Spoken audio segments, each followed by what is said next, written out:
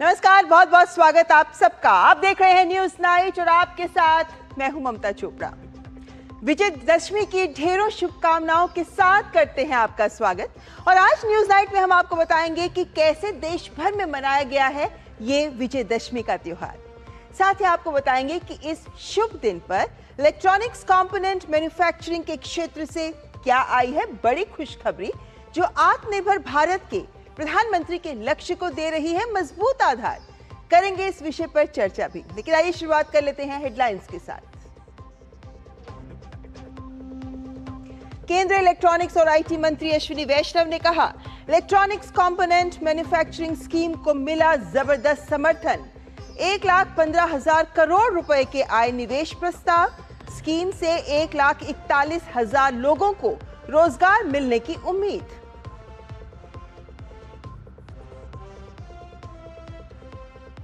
देश भर में आस्था और उत्साह के साथ मनाया जा रहा है विजयदशमी का पर्व। राष्ट्रपति दशहरा कार्यक्रम में हुई शामिल। रक्षा मंत्री ने भुज सैन्य अड्डे पर की शस्त्र पूजा।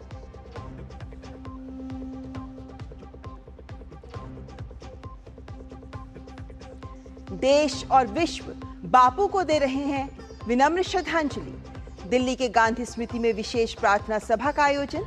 राष्ट्रपति, उपराष्ट्रपति और प्रधानमंत्री ने राजघाट पर बाबू को किया नमन, दी श्रद्धांजलि। देश लाल बहादुर शास्त्री को भी कर रहा है नमन।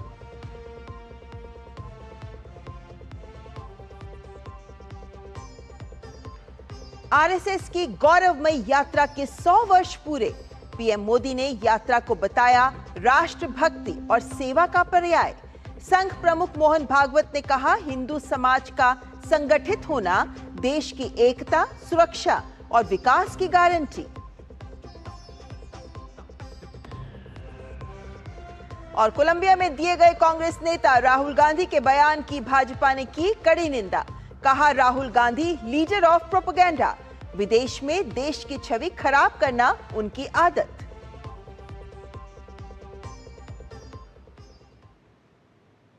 आइए देखते हैं खबरें विस्तार से और शुरुआत करते हैं आज की खुश खबरी से। केंद्र सरकार देश में विभिन्न क्षेत्रों में विनिर्माण को बढ़ावा देने में निरंतर प्रयासरत है। इलेक्ट्रॉनिक्स क्षेत्र की बात करें तो यहां मैन्युफैक्चरिंग को गति देने के लिए लाई गई इलेक्ट्रॉनिक्स कंपोनेंट मैन्युफैक्चरिंग स्कीम को लेकर आज केंद्रीय इलेक्ट्रॉनिक्स और आईटी मंत्री अश्विनी वैष्णव ने आंकड़ों को सामने रखते हुए बताया कि कैसे इस योजना को उद्योग जगत से उम्मीद से कई गुना अधिक सहयोग मिल रहा है, जो प्राप्त आवेदनों से स्पष्ट है। Electronics component manufacturing scheme ECMS को जबरदस्त प्रतिक्रिया मिली है। केंद्रीय मंत्री अश्विनी वैष्णव ने बताया कि इस योजना ने 1.15 लाख करोड़ रुपए, लगभग 13.8 बिलियन अमेरिकी डॉलर से अधिक के निवेश आवेदन आकर्षित किए हैं, जो 59,350 करोड़ रुपए के शुरुआती लक्ष्य से लगभग 2 गुना है।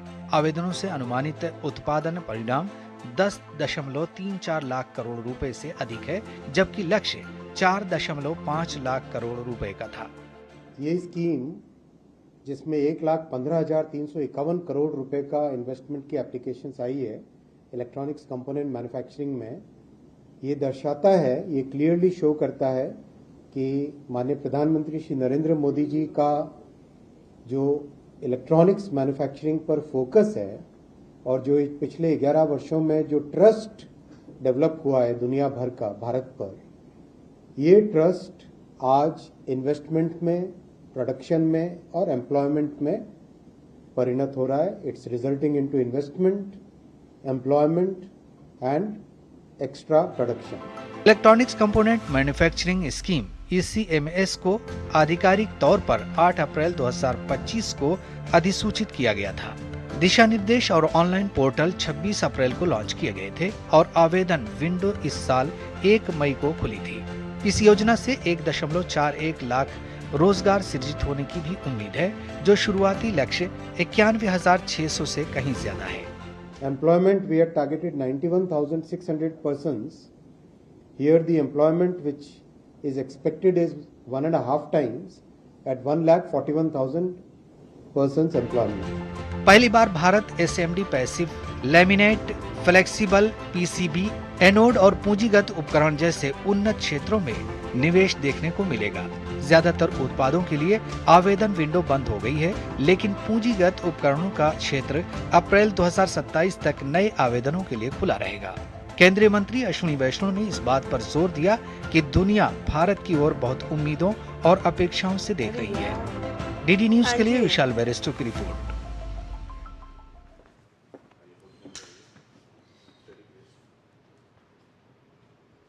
तो सरकार लेकर आई इलेक्ट्रॉनिक्स कंपोनेंट मैन्युफैक्चरिंग योजना जो बदल रही है इस क्षेत्र की तस्वीर। कैसे? पहले आपको बताते हैं कि किस उद्देश्य से लाई गई, क्योंकि जब मार्च 2025 में कैबिनेट ने इसे मंजूरी दी तो कुछ लक्ष्यों को ध्यान में रखते हुए ही इस योजना को मंजूरी दी गई। और वो लक्ष्य ये थे कि जो ये क्षेत्र है, पूरा इलेक्ट्रॉनिक्स कंपोनेंट मैन्युफैक्चरिंग का जो क्षेत्र है, इसमें निवेश को बढ़ावा दिया जाए। इसमें मजबूत जो कंपोनेंट्स का इकोसिस्टम है, इसी को आगे बढ़ाया जाए। पूरा इकोसिस्टम डेवलप करने का एक प्रयास था ये। लेकिन अगर आपको इकोसिस्टम डेवलप करना है तो इंफ्रा के साथ साथ आपको यहाँ पर क्षमता और योग्यता का भी विकास करना होगा। और इकोसिस्टम के साथ साथ ये भी एक लक्ष्य था कि यहाँ क्षमता पर भी जोर दिया जाए। इसके अलावा क्योंकि भारतीय कंपनियां जब अपनी क्षमता का विकास करेंगी, वहां पे इकोसिस्टम डेवलप होगा, तो जाहिर है कि उन्हें ग्लोबल वैल्यू चेन के साथ जोड़ना होगा। तो इस ग्लोबल वैल्यू चेन के साथ जो एकीकरण है, वो भी यही इसी लक्ष्यों के आधार पर ही, इसी के आधार पर उसको आगे बढ़ाया जा रहा है। आगे बढ़ते हैं और आपके सामने रखते हैं ये कि किस तरीके से, जो आज केंद्रीय मंत्री ने भी तस्वीर सामने रखी, कि किस तरीके से ये योजना जब इसका 8 अप्रैल को नोटिफाई किया गया था, 1 मई से आवेदन प्राप्त होने शुरू हो गए, तो उसके बाद से अब तक कुछ महीनों में ही कितना बढ़िया इसका रिस्पांस आया। यानी आप ये देखिए कि प्रस्तावित ये था कि जो एक्सपेक्टेड निवेश हम अनुमान लगा रहे हैं वो लगभग 59,000 करोड़ का ही होगा, लेकिन जो आया वो 1,15,000 करोड़ से ऊपर का है, जो ये दिखाता है कि किस तरीके से निवेशक आकर्षित हो रहे हैं। उत्पादन का अनुमान उस वक्त तक यही था कि लगभग 4.5 लाख करोड़ का होगा, लेकिन जिस तरीके का निवेश आ रहा है उसके आधार पर अब यह अनुमान लगाया जा रहा है कि ये लगभग 10,34,000 करोड़ के उत्पादन को पार कर जाएगा। आप देखिए 1,15,000 करोड़ की निवेश राशि, जिसके बाद उत्पादन 10,34,000 करोड़ का होगा। तो आप देख सकते हैं कि इस सेक्टर को कितना बूस्ट मिलेगा इससे। प्रोत्साहन राशि जो शुरुआत की गई कि इतनी लागत होगी, लेकिन प्रोत्साहन राशि जिस तरीके के आवेदन प्राप्त हो रहे हैं उसके बाद अब यह अनुमान है कि प्रोत्साहन राशि भी कई गुना बढ़ जाएगी। और ये आंकड़ा भी दिखाता है कि किस तरीके से आवेदक आ रहे हैं सामने। रोजगार के लिए एक आकलन उस वक्त प्रस्तुत किया गया था कि एक अनुमान है कि 91,000 के लगभग रोजगार इससे उत्पन्न हो सकते हैं, लेकिन अब जो आवेदन प्राप्त हुए हैं उनके आधार पर यह अनुमान लगाया जा रहा है कि 1,41,000 रोजगार इससे जनरेट हो सकते हैं, जो ये दिखाता है कि ये योजना वाकई आने वाले वक्त में सफलता साबित करती नजर आएगी। अगर आप इलेक्ट्रॉनिक्स विनिर्माण क्षेत्र पर ही आंकड़ों पर नजर डालते हैं तो पाते हैं कि पिछले कुछ वर्षों में बहुत तेज रफ्तार से वृद्धि हुई है इसमें। जैसे आप यहां देखें, अगर हम यहां पाते हैं कि इलेक्ट्रॉनिक्स विनिर्माण क्षेत्र में जो वृद्धि के आंकड़े हैं, आप देखिए कि 2014-15 के जो आंकड़े हैं उसके लिहाज से हम देखें तो 24-25 में ये आंकड़े कई गुना आगे बढ़े नजर आते हैं। आगे बढ़े और आगे अगर हम इस पर और ज्यादा विस्तार से नजर डालें तो हम पाते हैं कि इलेक्ट्रॉनिक्स विनिर्माण क्षेत्र में अगर हम इलेक्ट्रॉनिक्स के निर्यात के ऊपर अगर हम नजर डालते हैं तो ये निर्यात के आंकड़े आपके सामने हैं कि आप देख सकते हैं कि निर्यात कितना कम था, लेकिन अब 24-25 में ये बढ़कर 3,30,000 के पार, करोड़ के पार पहुंच चुका है। यानी निर्यात में भी कितनी वृद्धि पिछले 10 वर्षों में ही हुई है। वहीं इस क्षेत्र में वृद्धि का एक और आंकड़ा निर्यात में अगर हम देखते हैं तो हम पाते हैं कि निर्यात में अब अगर हमारे देश के निर्यात पर नजर आ रहे हैं तो हम पाते हैं कि तीसरे नंबर पर इलेक्ट्रॉनिक्स का क्षेत्र अब निर्यात में देश में आ गया है। मोबाइल विनिर्माण हम जानते हैं कि दुनिया में हम दूसरे स्थान पर हैं मोबाइल मैन्युफैक्चरिंग में, और इस क्षेत्र पर और गहराई से अगर आपके सामने इस क्षेत्र को रखना चाहें, क्योंकि मोबाइल एक ऐसा उदाहरण प्रस्तुत कर रहा है जो दिखाता है कि हम कर सकते हैं। ऐसे में अगर मोबाइल की ही विनिर्माण इकाइयों पर नजर डालें, आंकड़े आपके सामने रखना चाहेंगे, यहाँ पे अगले ग्राफिक्स पे आ जाइए।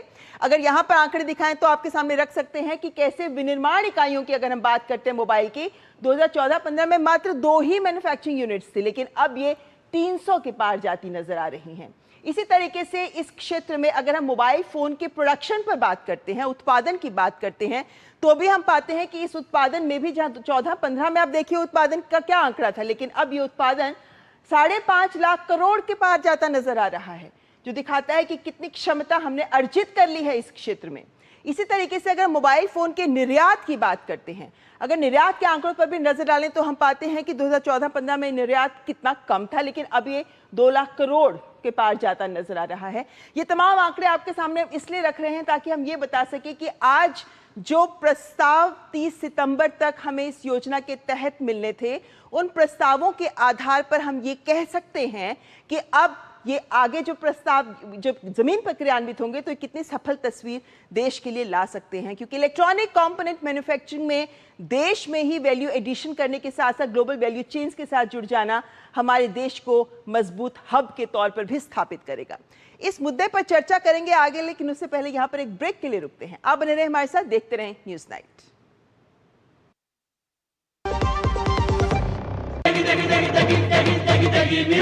MDH की देगी मिर्च, देगी मिर्च का तड़का, अंग अंग फड़का। MDH की देगी मिर्च। बुद्धू, नई कार जीतने का मौका। वाओ, पापा को सरप्राइज दूंगी। बस थोड़ी सी तो उनकी डिटेल भरनी है। रुक जा बुद्धू। व्हाट? ऐसे पॉपअप से सावधान रहो, स्कैमर्स पर्सनल डिटेल्स का गलत यूज कर सकते हैं। ओ, तू समझ गई ना, रिलैक्स। पर कार जीत जाते तो पापा होमवर्क नहीं कराते। आरबीआई कहता है स्मार्ट बनो, कूल रहो।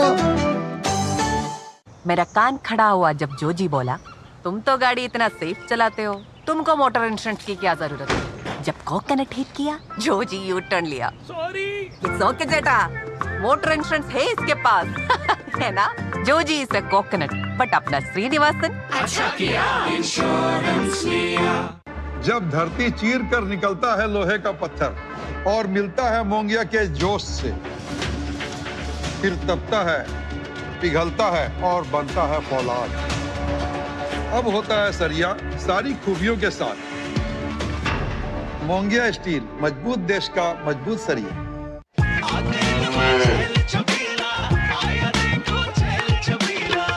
एक कपिला। अरे भाई, सब एक ही जैसा होता है। ये लो साधारण पशु आहार।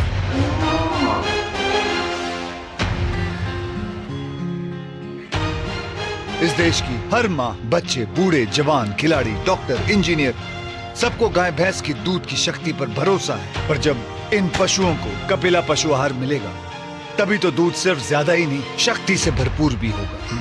और ये सच जानते हुए चंद पैसों के लिए तुम देश का भरोसा तोड़ दो। माफ कीजिए। कपिला पशु आहार, देश का नंबर 1 पशु आहार। दादी के हाथों का जादू और खुशबू से महकता घर। MDH गरम मसाला, असली मसालों से भरा हूँ मैं, क्योंकि हर रिश्ता है स्वाद से जुड़ा। और ब्रेक के बाद एक बार फिर आपका स्वागत। अब चर्चा में हम बात करने वाले हैं कि भारत में इलेक्ट्रॉनिक्स कंपोनेंट की निर्माण क्रांति कैसे आगे बढ़ रही है। आज जिस तरीके के आंकड़े केंद्र सरकार के द्वारा रखे गए, वो हमारे इसी विशेष पर रोशनी डालते हैं। आपके सामने रखना चाहेंगे विशेष, भारत में इलेक्ट्रॉनिक्स कंपोनेंट निर्माण क्रांति। चर्चा के लिए हमारे साथ जुड़ गए हैं सुशील पाल सिंह जी, जो जॉइंट सेक्रेटरी हैं minister of electronics and IT में, और साथ ही Pankaj Mahendra ji, India cellular electronics association ICEA के चेयरमैन। इस वक्त हमारे साथ सुशील पाल जी जुड़े हुए हैं। सुशील जी, ये जो आंकड़े आए हैं ये वाकई बहुत उत्साहित करने वाले आंकड़े हैं, और जैसा कहा गया कि 2000 करोड़ तो एक ही कंपनी निवेश करने को तैयार हो गई है। इन आंकड़ों के पीछे की सुरखरू तस्वीर क्या है? कौन से ऐसे प्रयास आप लोगों के द्वारा किए गए कि इस योजना को लेकर इस स्तर का उत्साह सामने आया? धन्यवाद ममता जी।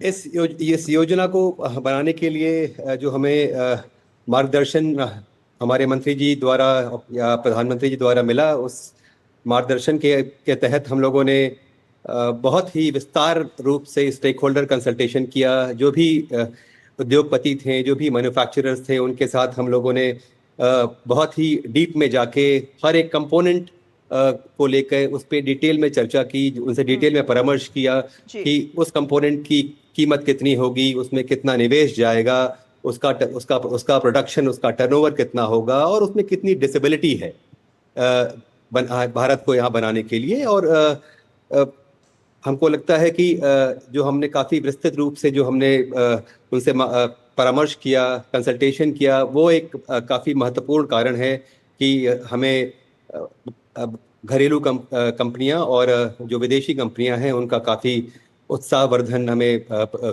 प्रतिक्रिया मिली है।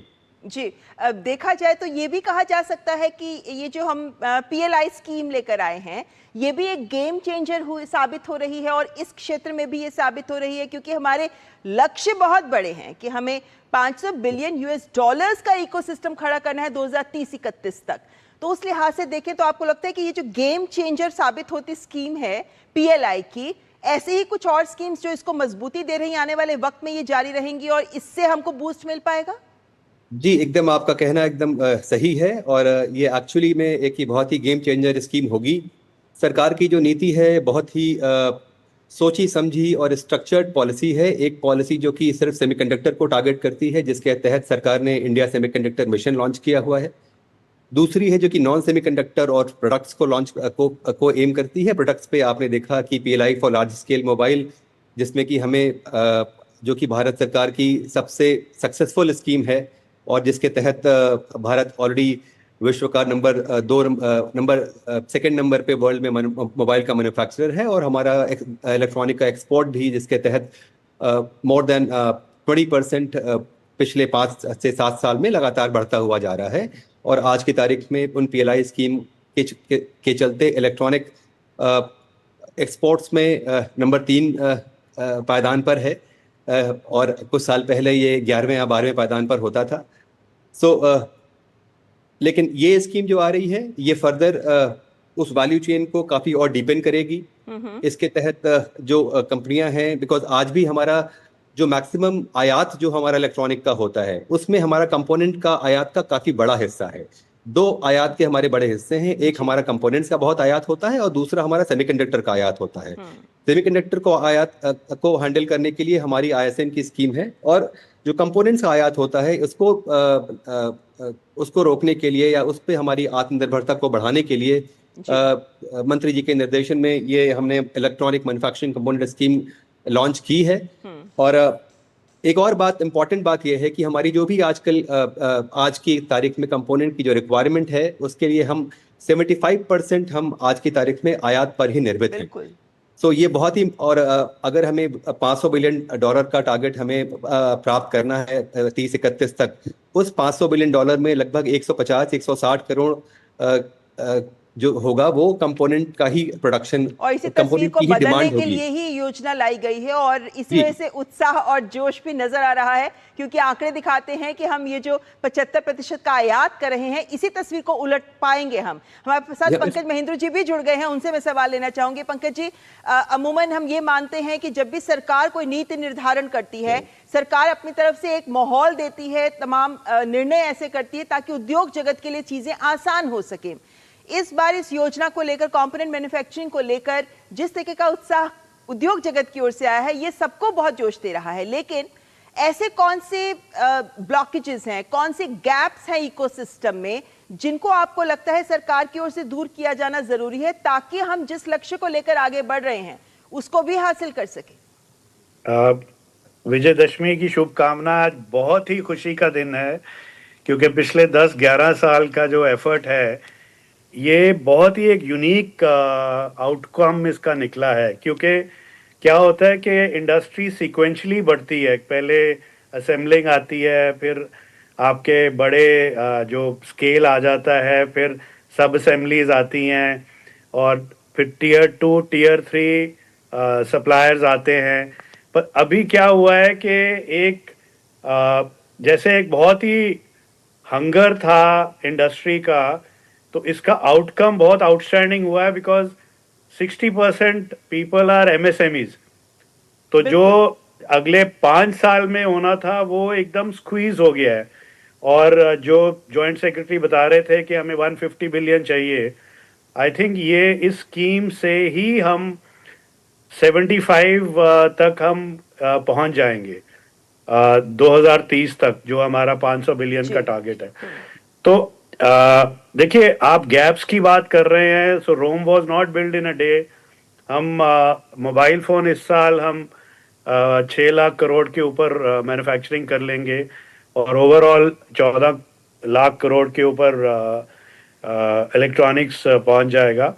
और ये सिर्फ इंपोर्ट सब्स्टिट्यूशन की बात नहीं है, जो कंपेटिटिवनेस क्रिएट हो रही है वो क्रिएट हो रही है पूरे ग्लोबल मार्केट के लिए। हम बहुत फॉर्चुनेट हैं और एक वो चैलेंज भी बहुत है कि इंडिया को वर्ल्ड की मेजर इकोनॉमी बनना है, so we have to fire on all cylinders. हम कोई भी गैप नहीं रख सकते। जी पंकज जी, जैसे एक वर्ग होता है ना आलोचकों का, जिनकी सुननी होती है ताकि आप सही दिशा में आप कदम बढ़ा सके, तो ये भी कहा जाता है कि हम मोबाइल असेंबल हम करते हैं, हम बहुत सारे प्रोडक्ट्स असेंबल करते हैं, मैन्युफैक्चरिंग की ओर नहीं जाते हैं। तो क्या हम ये उम्मीद कर सकते हैं कि हम इस दिशा में ही बढ़ते नजर आएंगे जब हम कंपोनेंट मैन्युफैक्चरिंग की बात करते हैं? क्योंकि इस योजना के तहत पैसिव कंपोनेंट्स को हम इस योजना के तहत मैन्युफैक्चर कर रहे हैं, एक्टिव कंपोनेंट्स सेमीकंडक्टर मिशन के तहत बन रहे हैं, जैसे सुशील जी ने अभी बताया था। लेकिन ये जो असेंबल करने की बजाय हम मैन्युफैक्चरर बने, इसी लक्ष्य को हासिल करने की दिशा में हम बढ़ते नजर आएंगे इस योजना की सफलता से? नहीं, देखिए, अभी ये स्कीम तो बहुत ही इंपॉर्टेंट है क्योंकि मिडिल ग्राउंड जो थोड़ा वेकेंट था, बट एकदम वेकेंट नहीं था। We have significant production of chargers, battery packs. अभी बहुत बड़ी सेल फैक्ट्री ऑन हुई है, 300 मिलियन सेल्स, जो most cutting edge digital cells हैं। उसके बाद हमारी डिस्प्ले असेंबली कुछ हद तक हो रही है, कैमरा मॉड्यूल भी कुछ हद तक हो रहा है, मैकेनिक्स हम बहुत कुछ कर रहे हैं मैकेनिक्स में। तो आप सोचिए कि 30% हम उस पाथ पे पहुंच चुके थे। इसकी एक बहुत जरूरत थी और वो एक स्केल पे ही आती है। देखिए, do not deride assembly and global markets. अगर हमें हर जैसे सिंपल चीजें हैं जो इलेक्ट्रॉनिक्स की तरफ जा रही हैं, आपके पंखे हैं, एयर कंडीशनर्स हैं, सब कुछ इलेक्ट्रॉनिक बन रहा है अब। तो ये यूनिकनेस स्कीम की है कि ये हॉरिजॉन्टल स्कीम है। ये सब सेक्टर्स को एक लिफ्ट देगा, नीचे से एक पावर देगा, एक टेलविंड देगा, क्योंकि मोबाइल के अलावा हमारे काफ़ी सेक्टर्स अभी कमज़ोर हैं। जैसे लैपटॉप है, या आपका बहुत तरक्की तो बहुत हुई है, 300, 400, 500% प्रोडक्शन बढ़ी है, बट हम मोबाइल का जैसे एक्सपोर्ट बहुत हो रहा है 2 लाख करोड़ से ऊपर, बाकी सेक्टर्स में हम अभी एक्सपोर्ट नहीं कर पा रहे हैं। तो इस स्कीम से एक टेल विंड मिलेगी, एक नीचे से थ्रस्ट मिलेगा कंपेटिटिवनेस का। और साथ में हम जो सारे ऊपर के सेक्टर्स हैं उनको क्लिनिकली हम अटैक कर रहे हैं। तो जो वो कहा जाता है बिग ब्यूटीफुल प्लान, तो एक सेक्टर इंडिया में है जहां पे ये सरकार नहीं करती है, पूरी टीम इंडिया एक टीम बन के करती है। जाहिर है सबका एफर्ट है जिससे हम अपने लक्ष्य को प्राप्त कर पाते हैं। लेकिन सुशील जी, जैसे हमने देखा कि अभी उत्तर प्रदेश में उन्होंने भी अपनी मोबाइल कंपोनेंट मैन्युफैक्चरिंग पॉलिसी दी। कुछ और स्टेट्स हैं जैसे तमिलनाडु, जहां बहुत सारी यूनिट्स हैं जो पहले भी काम कर रही हैं, और भी स्टेट्स आपको किस तरह की पिक्चर दिखती है? क्योंकि सभी स्टेट्स को आगे आना होगा अगर हम वाकई इन लक्ष्यों को हासिल करना चाहते हैं। 500 बिलियन यूएस डॉलर्स तक का लक्ष्य 2030 तक। स्टेट्स के कोऑपरेशन, उनका सहयोग किस स्तर का नजर आता है आपको? स्टेट्स ने भी उतनी ही अच्छी और उतनी ही उत्साहवर्धन प्रतिक्रिया दिखाई जितनी कि हमें डोमेस्टिक इंडस्ट्री से और ग्लोबल इंडस्ट्री से देखने को मिल रही है। जब हमने कंपोनेंट स्कीम डिज़ाइन की, उसके पहले भी कई राज्य हमसे लगातार टच में थे, बट उसके बाद राज्यों ने बजाय किसी भी नई स्कीम पर पूरा रिसर्च करने की बजाय एक बहुत ही सिंप्लीफाइड तरीके से अपनी स्कीम को डिज़ाइन किया है कि जो भी वित्तीय सहायता, वित्तीय मदद भारत सरकार इस स्कीम के तहत दे रही है, उसका एक फिक्स परसेंटेज राज्य सरकार भी अपनी तरफ से उसको देगी। तो उन लोगों ने स्कीम का जो इम्प्लीमेंटेशन है वो बहुत ही सिंपल और स्ट्रेट रखा है, जिससे कि कंपनियों को उन वित्तीय मदद को लेने में आसानी से वित्तीय मदद को ले सकें। एक पॉइंट जो आपने पिछली बार गैप की बात बोली थी, तो सबसे इंपॉर्टेंट बात जो गैप है इस सेक्टर में, that is of scale. Electronic manufacturing is all about scale. So although काफी कुछ इसमें एमएसएमई का योगदान रहता है सप्लाई चेन में नीचे, लेकिन एक स्केल पे आने के बाद ही कंपनीज कॉम्पीट कर सकती हैं ग्लोब के साथ। और ये स्कीम डिजाइंड ऐसे है, जैसा पंकज जी ने कहा कि इट्स अ हॉरिजॉन्टल स्कीम। ये सारे सेक्टर्स को कैटर करती है, चाहे वो कंज्यूमर हो, चाहे वो ऑटो हो, चाहे वो इंडस्ट्रियल हो, चाहे वो IT हार्डवेयर हो, चाहे वो मोबाइल हो। ये सारे सेक्टर्स को कैटर करती है। और साथ में ही यह भी इस ध्यान देने वाली बात है कि इस स्केल के साथ में इन सेक्टर्स के साथ साथ में ये जो स्कीम है,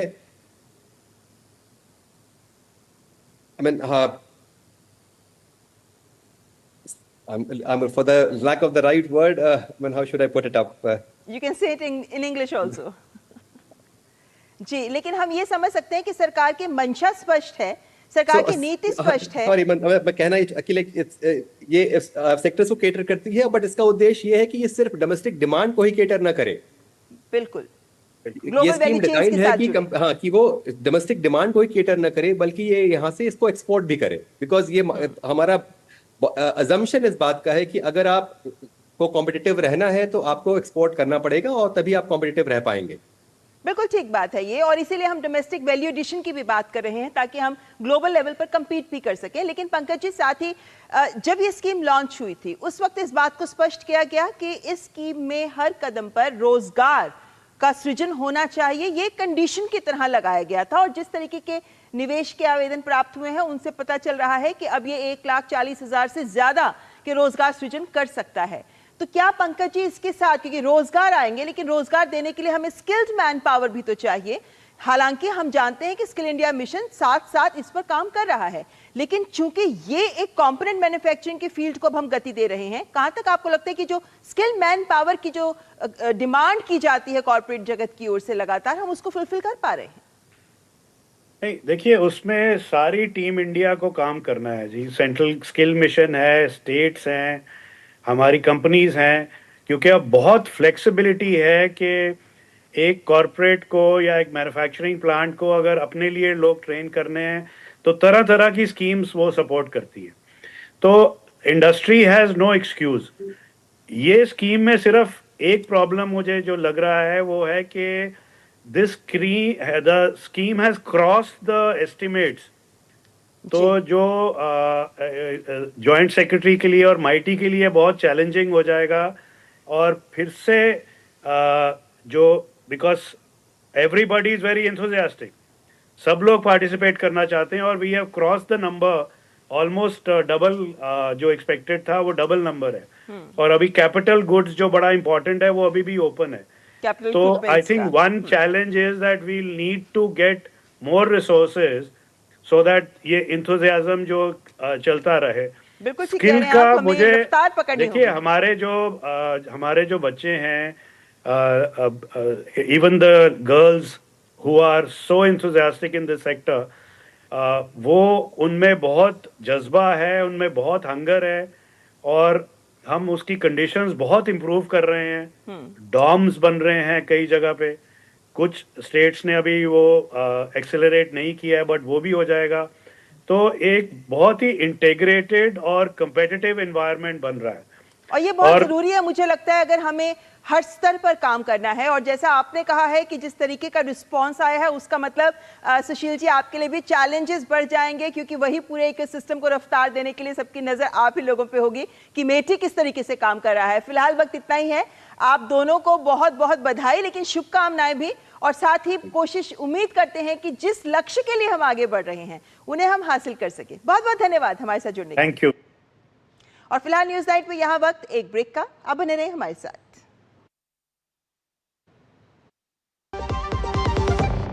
MDH केसर का हो बहाना, कश्मीरी पुलाव या हो बिरयानी खाना, केसरी चाय दूध, रसमलाई केसरी लड्डू, हलवा याद आना, यही तो है MDH केसर का बहाना। MDH शुद्ध केसर, खुशबू ऐसी जो दिल जीत ले। MDH। जब घोष बाबू को किस्मत ने जोर से टक्कर मारी, 1,60,000 का बिल आया, पर उनका चेहरा खिलखिलाया। हाँ, क्लेम भी अप्रूव हो गया ताड़ाताड़ी। कार इंश्योरेंस लेना महंगा नहीं होता है, नहीं लेना महंगा पड़ सकता है। वाह घोष बाबू, अच्छा किया इंश्योरेंस लिया। हेलो नमस्कार सर, बधाई हो। आपको प्रधानमंत्री ग्रामीण आवास योजना की तरफ से पक्का घर मिला है। पक्का घर? हाँ सर, बस आपको एक एप्लीकेशन डाउनलोड करनी पड़ेगी, जिसका लिंक हमने आपके नंबर पर भेज दिया है। पक्के मकान के नाम पे बेवकूफ बनाया जा रहा है। जमतारा में 70 लोगों का गिरोह पकड़ा गया है। वैसे ही फोन कॉल करके लोगों को गाड़ी, बंगला, बैंक बैलेंस का लालच दे के बेवकूफ बना रहे थे। कम से कम 7 साल की सजा होगी। नहीं सर, क्या बोल रहे हैं? क्या बोल रहे हैं? ये जो विनोद तो घर दे रहे हो ना, वो अपने पास रख लो। तुम जब जेल जाओगे तुम्हारे घर वालों को काम आएगा। काट दिस। क्या किए भैया, बड़ा मुश्किल से पक्का का घर मिल रहा था। पक्का का घर मिल रहा था, घर से बेघर हो जाते हैं। मतलब हम समझे नहीं, कैसे? मतलब जैसे तुम ये एप्लीकेशन डाउनलोड कर लेते, हाँ। तुम फोन हैक करके और सारा बैंक बैलेंस सपाचट। बड़ा मुश्किल से 6000 रुपया सेव किए हैं भैया। जो बचा लिया हम। साइबर अपराधियों का मत लो tension. Stop, think and then take action. मेरी पसंद, मेरी पसंद, मेरी पसंद, मेरी पसंद, हमारी पसंद। हम सबकी पसंद। मजबूत देश का मजबूत सरिया हो गया स्टील। जब भी किसी का नुकसान होते तो लोग का कहते मालूम? का गई भैंस पानी में। पर हमरे गांव में नहीं, हमरे गांव में कहते हैं अच्छा क्या मोटर इंश्योरेंस लिया, वरना उधार लेना पड़ता गुरु। अच्छा किए हेल्थ इंश्योरेंस लिए, वरना गहने गिरवी रखने पड़ते। फिर बाढ़ आ गई। रमेश बोला अच्छा किए जो फसल का इंश्योरेंस लिए, वरना जमीन बेचनी पड़ती। भैंस तो पानी में जाएगी, पर आपकी जमा पूंजी नहीं। इनके जैसे करोड़ों लोग यही कहते हैं। अच्छा किया इंश्योरेंस लिया। MDH का किचन किंग किचन में हो तो हम सब कुछ बना सकते हैं। बैंगन का भरता, आलू गोभी, भिंडी मसाला और भी बहुत कुछ। MDH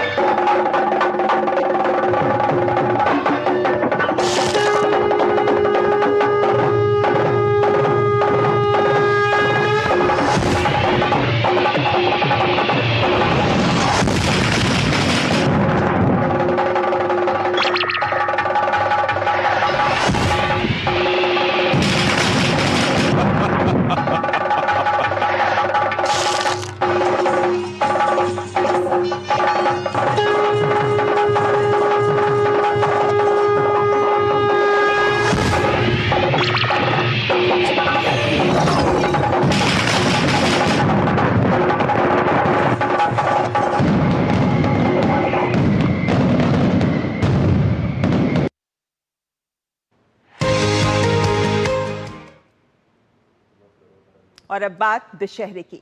राष्ट्रपति द्रौपदी मुर्मू दिल्ली के लाल किले मैदान में श्री धार्मिक रामलीला कमेटी के द्वारा आयोजित विजयदशमी के उत्सव में शामिल हुई। राष्ट्रपति ने रावण के पुतले को प्रतीकात्मक रूप से जलाने के लिए तीर चलाया और इस अवसर पर राष्ट्रपति द्रौपदी मुर्मू ने देशवासियों को दशहरे की शुभकामनाएं दी। उन्होंने कहा कि ये पर्व बुराई पर अच्छाई की जीत का प्रतीक है। राष्ट्रपति ने कहा कि इंसानियत अच्छाई की जीत से ही आगे बढ़ती है। जब आतंकवाद का राक्षस इंसानियत पर हमला करता है तो उसे हराना जरूरी हो जाता है। भारतीय सेनाओं का ऑपरेशन सिंदूर आतंकवाद के रावण पर मानवता की जीत का प्रतीक है। इसके लिए हम हर उस योद्धा के सामने नमन करते हैं जो भारत माता की रक्षा कर रहा है। इस पावन पर्व के उद्देश्य से सबको हार्दिक बधाई देती हूँ। ये पर्व बुराई पर अच्छाई की विजय का पर्व है, अहंकार पर विनम्रता की विजय का पर्व है, घृणा पर प्रेम की विजय का पर्व है। अच्छाई की विजय होने से मानवता फलती फूलती है। जब आतंकवाद का दानव मानवता पर प्रहार करता है तो उसका दमन करना अनिवार्य हो जाता है। भारतीय सेना द्वारा किया गया ऑपरेशन सिंदूर आतंकवाद के रावण पर मानवता की विजय का प्रतीक है। इसके लिए हम भारत माता की रक्षा में तैनात सभी सेनानियों को हम नमन करते हैं। विजयदशमी पर आरएसएस की स्थापना के 100 वर्ष पूरे हो गए हैं। इस अवसर पर दिल्ली समेत देश भर में स्वयंसेवकों के द्वारा पथ संचलन किया गया। साथ ही नागपुर के ऐतिहासिक रेशम बाग में विशेष समारोह का आयोजन किया गया। संघ प्रमुख मोहन भागवत ने समारोह को संबोधित किया। पूरे देश में विजयादशमी की धूम के साथ ही कश्मीर से लेकर कन्याकुमारी तक राष्ट्रीय स्वयंसेवक संघ के स्थापना दिवस पर स्वयंसेवकों ने जगह जगह पथ संचलन और अन्य कार्यक्रमों का आयोजन किया। इस दौरान संगठन के 100 वर्ष पूरे होने पर शस्त्र पूजन भी किया गया। राष्ट्रीय स्वयंसेवक संघ के शताब्दी समारोह के अवसर पर नागपुर के ऐतिहासिक रेशम बाग में विशेष समारोह का आयोजन किया गया। संघ प्रमुख मोहन भागवत ने समारोह को संबोधित किया। उन्होंने कहा, आरएसएस के स्वयंसेवक राष्ट्र की सेवा और समाज को सशक्त बनाने के लिए अथक रूप से समर्पित रहे हैं। उन्होंने कहा, संघ का चिंतन समाज के हित में है। संघ की शाखा में अपने राष्ट्र स्वरूप की यह स्पष्ट कल्पना और गौरव प्राप्त होता है। और जो मैंने 5 बातें कही, कर्तृत्व, नेतृत्व, व्यक्तित्व, समझदारी और भक्ति, वो भी शाखा के इन संस्कारों से प्राप्त होती है। इसके आधार पर जो परिवर्तन आएगा समाज में, उससे भारतवर्ष खड़ा होगा। भारत का यही आत्मस्वरूप आज की देशकाल परिस्थिति से सुसंगत शैली में फिर से विश्व में खड़ी करनी है। संघ प्रमुख मोहन भागवत ने कहा कि हिंदू समाज का संगठित होना देश की एकता, सुरक्षा और विकास की गारंटी है। हिंदू समाज का बल संपन्न होना, शील संपन्न होना, संगठित होना इस देश के एकता, एकात्मता, सुरक्षा और विकास की गारंटी है। क्योंकि हिंदू समाज सनातन काल से यहां चलते आया है, वो इस देश का उत्तरदायी समाज है, रिस्पॉन्सिबल सोसाइटी। प्रधानमंत्री नरेंद्र मोदी ने सरसंघ चालक मोहन भागवत के संबोधन को प्रेरक बताते हुए एक्स पर लिखा, परम पूज्य सरसंघ चालक डॉक्टर मोहन भागवत जी ने अपने प्रेरक उद्बोधन में राष्ट्र निर्माण में संघ के अतुलनीय योगदान पर प्रकाश डाला है। उन्होंने भारतवर्ष के उस सामर्थ्य को भी रेखांकित किया है जो देश को सशक्त बनाने के साथ साथ संपूर्ण मानवता के लिए भी कल्याणकारी है। पीएम मोदी ने एक और पोस्ट में लिखा, आज से 100 साल पहले विजयादशमी के दिन ही समाज सेवा और राष्ट्र निर्माण के उद्देश्य से राष्ट्रीय स्वयंसेवक संघ की स्थापना हुई थी। लंबे कालखंड के दौरान असंख्य स्वयंसेवकों ने इस संकल्प को साकार करने के लिए अपना जीवन समर्पित कर दिया। आरएसएस के 100 वर्ष पूरे होने के ऐतिहासिक अवसर पर प्रसिद्ध रेत कलाकार सुदर्शन पटनायक ने उड़ीसा के पुरी तट पर एक भव्य कलाकृति बनाकर इस शताब्दी वर्ष की उपलब्धि को चिन्हित किया। सुदर्शन पटनायक द्वारा बनाई गई ये रेत कलाकृति राष्ट्रीय स्वयंसेवक संघ की एक शताब्दी लंबी यात्रा और राष्ट्र के प्रति उसके समर्पण को दर्शाती है। Bureau report, DD news. और फिलहाल यहाँ वक्त एक और ब्रेक का। देखते रहें न्यूज नाइट। आपके घर के खाने में रेस्टोरेंट जैसा स्वाद ले आए MDH का शाही पनीर मसाला। पनीर को क्या मस्त बना डाला। मेरा कान खड़ा हुआ जब जोजी बोला, तुम तो गाड़ी इतना सेफ चलाते हो, तुमको मोटर इंश्योरेंस की क्या जरूरत है। जब कॉक ने ठीक किया, जोजी यू टर्न लिया। सॉरी, इट्स ओके जेटा, मोटर इंश्योरेंस है इसके पास है ना। Joji is a coconut, but अपना श्रीनिवासन अच्छा किया, इंश्योरेंस लिया। यशस्वी प्रधानमंत्री नरेंद्र मोदी जी के विकसित भारत के विजन को माननीय मुख्यमंत्री योगी आदित्यनाथ जी के साथ 25 करोड़ नागरिकों ने बनाया है समर्थ उत्तर प्रदेश का विजन 2047। विषय विशेषज्ञ, सेवानिवृत्त IAS, IPS, वैज्ञानिक, कुलपति, प्रोफेसर, चिकित्सक एवं सेक्टोरल स्पेशलिस्ट का पैनल कर रहा है जनपद से ग्राम स्तर तक जन संवाद। तो प्रत्येक नागरिक अपने बहुमूल्य सुझाव देकर बन रहा है यूपी के विकास में भागीदार। मोबाइल से QR कोड स्कैन करें और पोर्टल samarthuttarpradesh.up.gov.in पर लिखकर या बोलकर दर्ज कराएं सुझाव। ये पोर्टल पूरी तरह निशुल्क है और 5 अक्टूबर 2025 तक खुला है। आपके सुझावों से तैयार होगा विकसित यूपी का रोड मैप और मूल्यवान सुझाव देने वाले होंगे सम्मानित। विकसित यूपी के निर्माण में बनिए सहभागी। हम मिलकर बनाएंगे आत्मनिर्भर उत्तर प्रदेश, 2047 का समर्थ उत्तर प्रदेश। लाल रंग इसका अपार, तीखा कम है फिर भी स्वाद, बेमिसाल बेमिसाल MDH Kashmiri, MDH Kashmiri. MDH। आज महात्मा गांधी की 156वीं जयंती पूरे देश और दुनिया में बड़ी श्रद्धा और सम्मान के साथ मनाई जा रही है। राजघाट पर राष्ट्रपति द्रौपदी मुर्मू, प्रधानमंत्री नरेंद्र मोदी ने राष्ट्रपिता महात्मा गांधी को श्रद्धांजलि अर्पित की। महात्मा गांधी के सत्य और अहिंसा के मूल्य विश्व का मार्गदर्शन करते आ रहे हैं। इन्हें आत्मसात करना ही बापू को सच्ची श्रद्धांजलि होगी। 2 अक्टूबर को राष्ट्रपिता महात्मा गांधी की जयंती के अवसर पर देश भर में श्रद्धांजलि कार्यक्रमों का आयोजन किया गया। इस पावन अवसर पर सभी ने बापू के आदर्शों को याद करते हुए सत्य, अहिंसा और स्वच्छता के उनके संदेश को आत्मसात करने का संकल्प लिया। इसी कड़ी में गुरुवार शाम उपराष्ट्रपति सीपी राधाकृष्णन और प्रधानमंत्री नरेंद्र मोदी दिल्ली स्थित गांधी स्मृति पहुंचे। वहां उन्होंने बापू की समाधि पर पुष्प अर्पित कर उन्हें भावपूर्ण श्रद्धांजलि दी। शांत वातावरण में श्रद्धा के साथ हुए इस कार्यक्रम में गांधी जी के प्रिय भजन रघुपति राघव राजा राम की मधुर धुन गूंजती रही, जिसने पूरे परिसर को भक्तिमय और भावुक बना दिया। रघुपति राघव राजा राम। इस अवसर पर अनेक केंद्रीय मंत्री, गणमान्य नागरिक, स्कूली बच्चे और विदेशी मेहमान भी उपस्थित रहे। गांधी स्मृति परिसर में सर्वधर्म प्रार्थना सभा का आयोजन भी किया गया, जिसमें सभी धर्मों के प्रतिनिधियों ने भाग लेकर बापू की सर्वधर्म समभाव की भावना को सच्ची श्रद्धांजलि दी। उपराष्ट्रपति सीपी राधाकृष्णन और प्रधानमंत्री नरेंद्र मोदी गांधी स्मृति में आयोजित सर्वधर्म भजन संध्या में भी शामिल हुए। प्रधानमंत्री ने भजन संध्या में शामिल लोगों से मुलाकात भी की। सर्वधर्म भजन संध्या में गायक अनूप जलोटा ने भजन का गायन किया। इससे पहले राष्ट्रपति द्रौपदी मुर्मू, उपराष्ट्रपति सीपी राधाकृष्णन, प्रधानमंत्री नरेंद्र मोदी और लोकसभा अध्यक्ष ओम बिरला सहित अनेक गणमान्यों ने राजघाट पहुंचकर राष्ट्रपिता महात्मा गांधी को श्रद्धांजलि अर्पित की। प्रधानमंत्री नरेंद्र मोदी ने संसद भवन परिसर के संविधान सदन में महात्मा गांधी को श्रद्धा सुमन अर्पित की। इस अवसर पर लोकसभा अध्यक्ष ओम बिरला, संसदीय कार्य मंत्री किरेन रिजिजू सहित कई गणमान्य लोग उपस्थित रहे। देश के साथ विदेशों में भी बापू को याद किया गया। जापान में महात्मा गांधी को पुष्पांजलि अर्पित की गई। इसके साथ ही जापान के फेस्टिवल स्टेशन पर गांधी जयंती समारोह में संस्कृति मंत्रालय द्वारा भावपूर्ण सांस्कृतिक प्रस्तुतियां भी दी गईं। मॉरिशस के गांधी इंस्टीट्यूट में आयोजित विशेष समारोह में भारत के मुख्य न्यायाधीश न्यायमूर्ति भूषण रामकृष्ण गवई भी शामिल हुए। वहीं सिंगापुर में भारतीय उच्चायुक्त डॉक्टर शिल्पक अंबुले ने गांधी जयंती पर महात्मा गांधी को श्रद्धांजलि अर्पित की। ब्यूरो इनपुट के साथ डॉक्टर सुयश शर्मा की रिपोर्ट, डीडी न्यूज।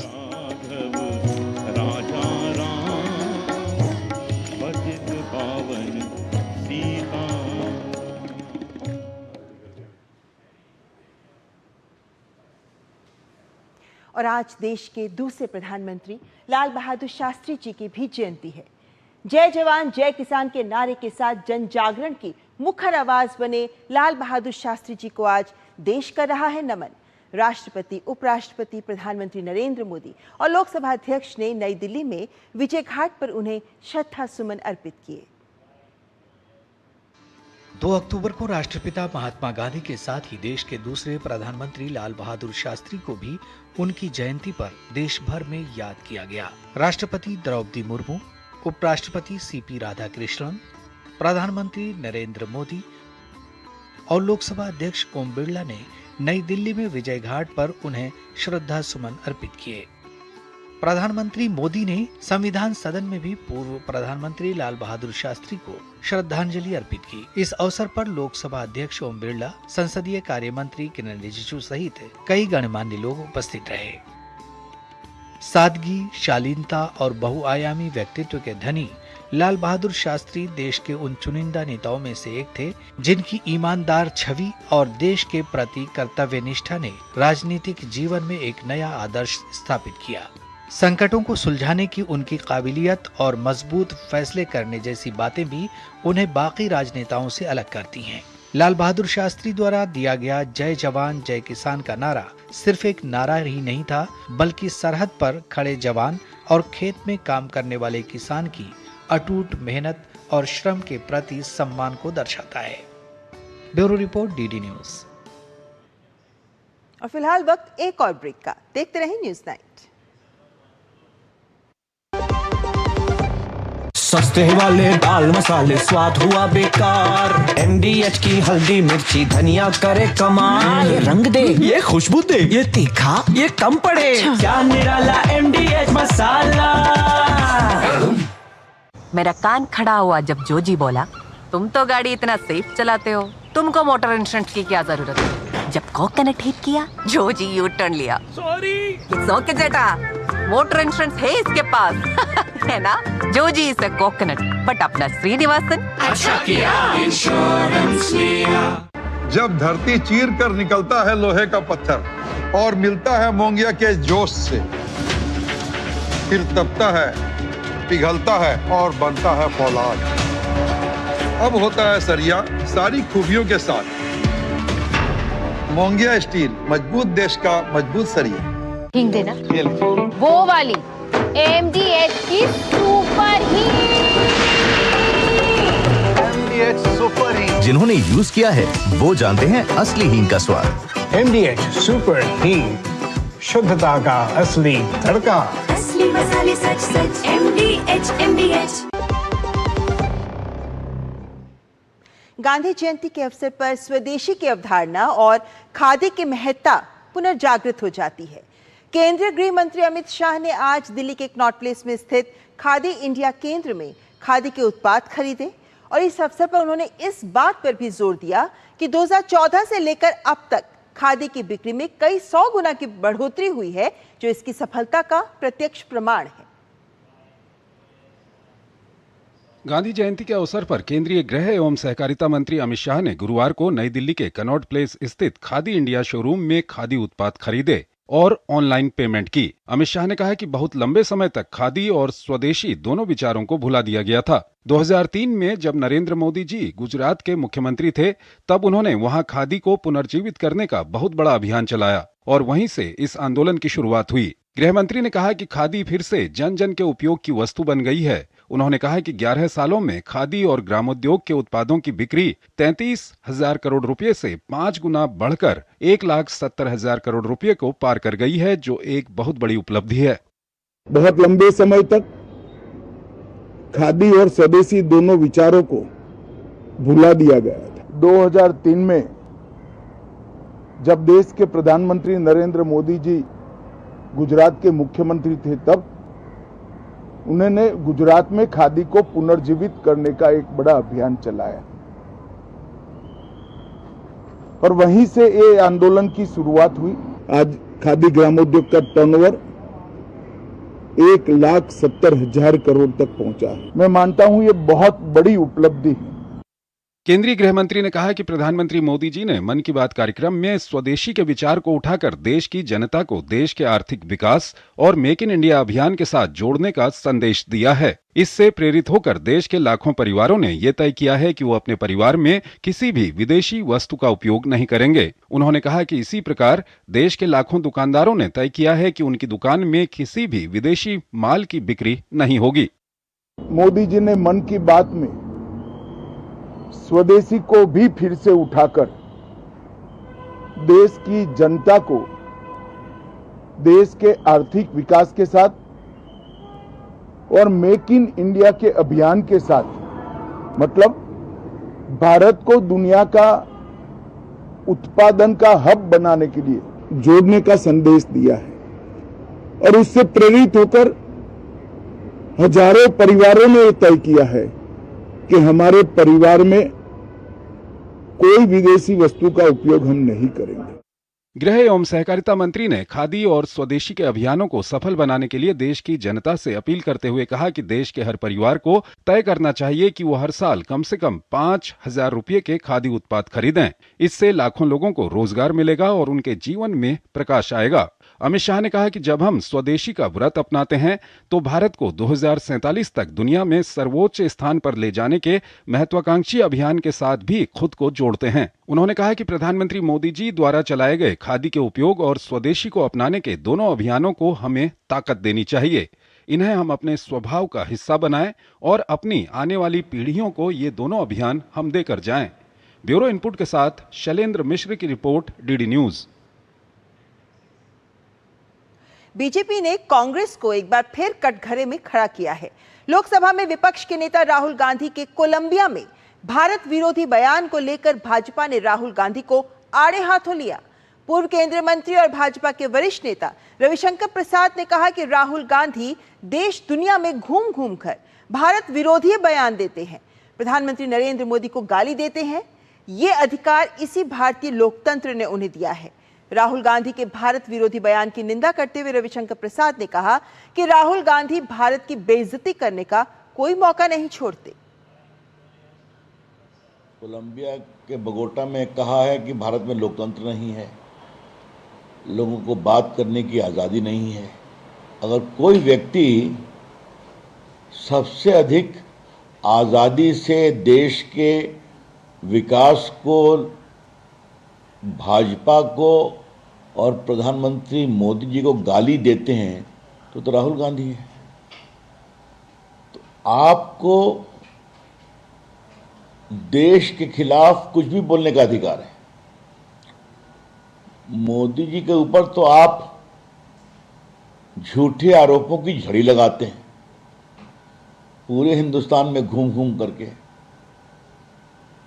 तो लोकतंत्र में तो आपको एक प्रकार से